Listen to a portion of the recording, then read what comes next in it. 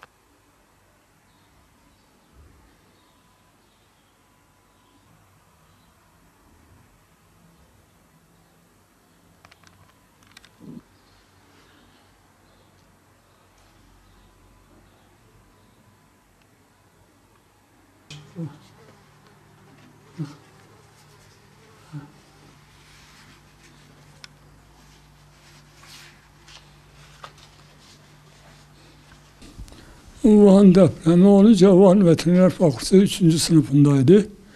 Şimdi Van deprem olunca kızım daha önce başka evde kalıyordu. Bir ay falan önce taşınmıştı bu binaya. Çöken bina. Ondan sonra deprem olunca ben dedik hemen onun telefonunu aradım. Cevap alamadım. O zaman annem de yatalaktı. Ondan sonra ben bildim bir şey var. O tehlikededir. Burada hanımla kardeşleri falan hepsi gittiler. Van'a. Ondan sonra o çöken binanın altından canlı çıkmıştı. Üşüyorum, üstümü örttüm dediler. Hastaneye götürdüler. Hastanede demek oradan artık kendinden geçmiyor. Kalp masajını yapmıştılar. Ben gitmedim, ben kendim Van'a gitmedim. Annem evde yatalaktı, ben ona bakmak zorundayım. Annem yalnız evde kalamıyordu. Çünkü yatalaktı. O çocuklar, kardeşleri falan, hanım falan hepsi gittiler. Ondan sonra bunları gidinceye kadar işte arkadaşları da, okul arkadaşları da onu oradaymış, yetiştiler.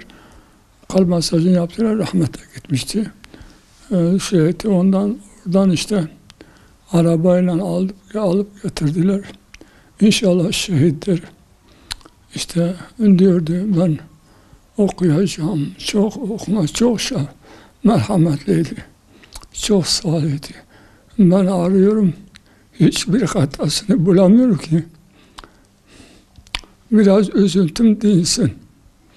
Hata doğduğundan beri ölünceye kadar ben ondan hiçbir olumsuz bir şey görmedim. Onun için Türkiye'de onun gibi 5 tane salih evlat belki yoktu. Öyle bir salih bir evlat. Hamdolsun Allah'a. Allah vermiş, Allah almış. Ben şükür ediyorum. İnançlıyız. İnancımızdan inşallah şehittir. Ondan sonra işte çıkardı, işte cenazeyi getirdiler. O kadar. Başka herhangi bir sorun yoktu. Burada Yeniköy mezarlığına defnettik. Annem yataladı. Ben doktora götürürken üzülüyordum. Ağladım. Hasta çıkışında ağlıyordum onun için. Bir arkadaşım bana dedi, bu senin anandır. Dedim evet. Dedi sen ağlıyorsun. Dedim evet. Demek ki o arkadaşım evlat acısını görmüştü. Dedi ağlama. Dedi evlat acısı ana babadan daha acıdır. Çünkü o gençti. Çok hayalleri vardı. Hiçbir hayali gerçekleşmedi. Memurluk hayatımda memurluk hayatımda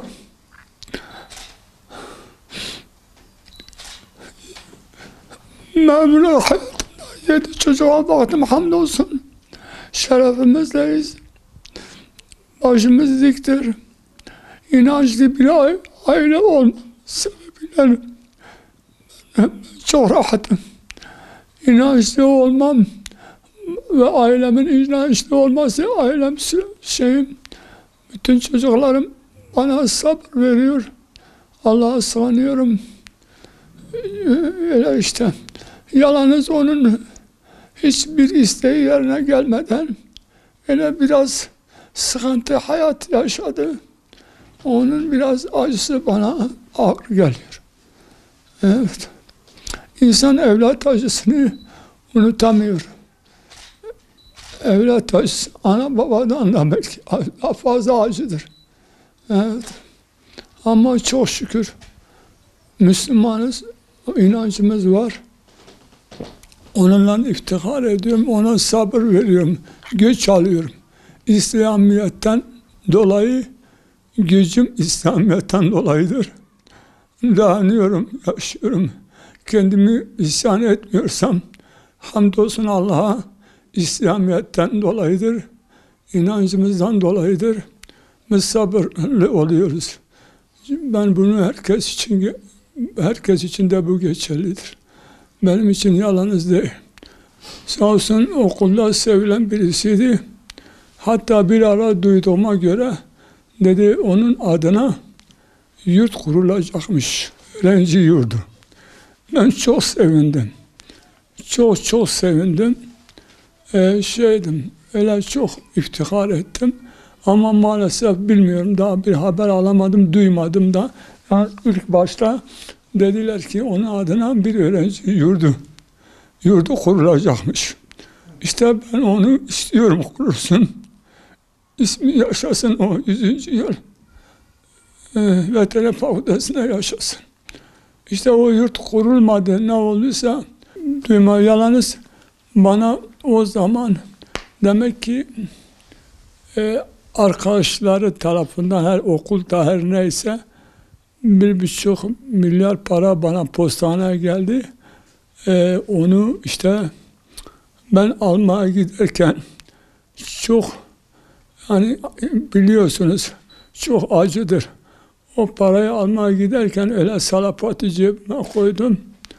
Onu da eve yetişmeden ben onun mezarını yapayım.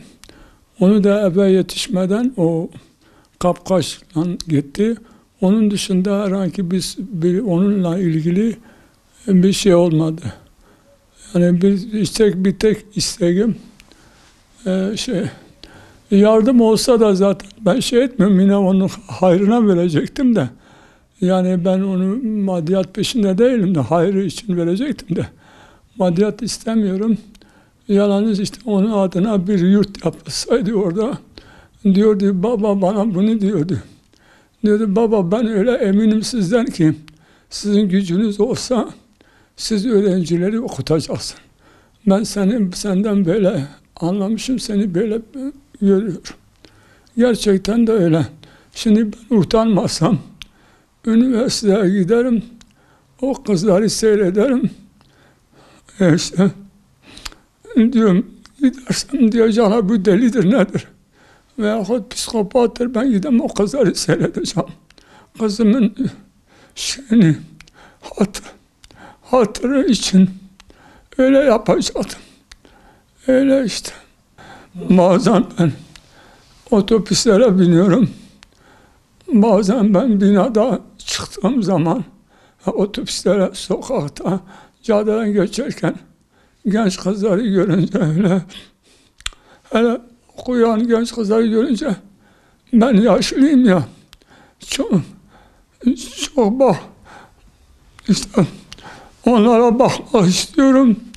Zaman zaman kendime geldiğimde demesinler ki bu yaşlı adam niye bize bakıyor? içimdekini bilmezler. İçimdekini bilmedikleri için ben utanıyorum. O genç kızlara bakayım.